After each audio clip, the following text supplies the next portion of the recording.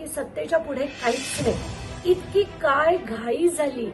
3 दिवसात त्याला लोटून याच्याच वरनं हा भाजपचा एक मोठा गेम आहे. बुधवारी राज्याचे उपमुख्यमंत्री अजित पवार यांचं दुर्दैवी निधन झालं आणि संपूर्ण महाराष्ट्रावर शोककळा पसरली. राष्ट्रवादी काँग्रेस, पवार कुटुंबीय आणि कार्यकर्ते अजूनही या धक्क्यातून सावरलेले नसतानाच काल रात्रीपासून राजकीय घडामोडींना मात्र अचानक वेग आला. काल राष्ट्रवादी काँग्रेसच्या बड्या नेत्यांनी वर्षा निवासस्थानी मुख्यमंत्री देवेंद्र फडणवीस यांची भेट घेतली. या भेटीत सुनेत्रा पवार यांना उपमुख्यमंत्री करण्याचा प्रस्ताव देण्यात आला. यानंतर लगेचच आज सुनेत्रा पवार यांची गटनेतेपदी निवड करण्यात आली असून त्या आज राज्याच्या पहिल्या महिला उपमुख्यमंत्री म्हणून शपथ घेतील.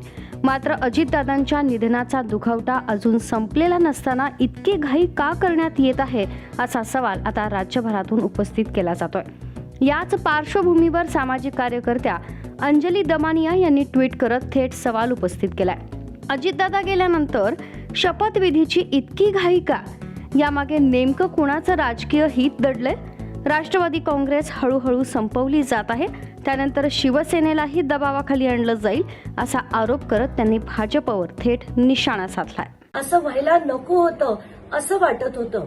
पूर्ण महाराष्ट्रातली जनता हळहळत होती आणि अशातच अगदी 3च दिवसात म्हणजे काल अस्थि विसर्जन झालं आणि रात्रीच्या रात्री तिकडनं सगळी मंडळी ही मुंबईकडे रवाना झाली का तर आज उपमुख्यमंत्री पदाची शपथ घ्यायची म्हणून.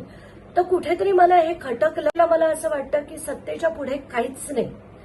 ना भावना आहेत, ना आपलेपणा आहे, म्हणजे कुटुंबाला पण नाहीये आणि त्यांच्याबरोबर काम करणाऱ्या लोकांना पण नाहीये.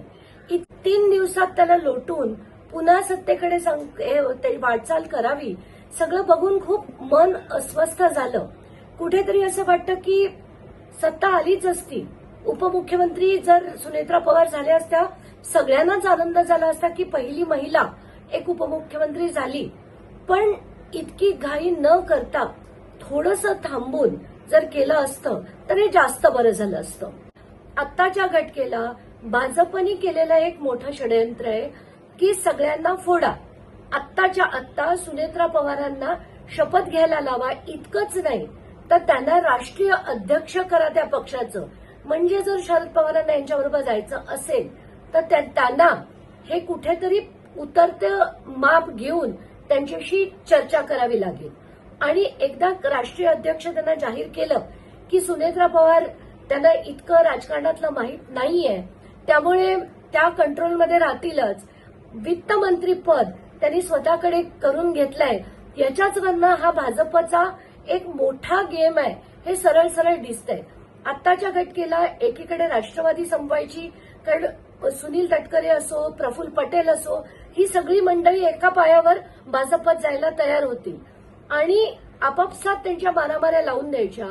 दुसरीकडे शिंदे गटाला सुद्धा कंट्रोलमध्ये ठेवण्यासाठी ही मंडळी जर भाजपात आली, मग शिंदे गटाची गरज नाही आणि मग त्यांनाही संपवायचं.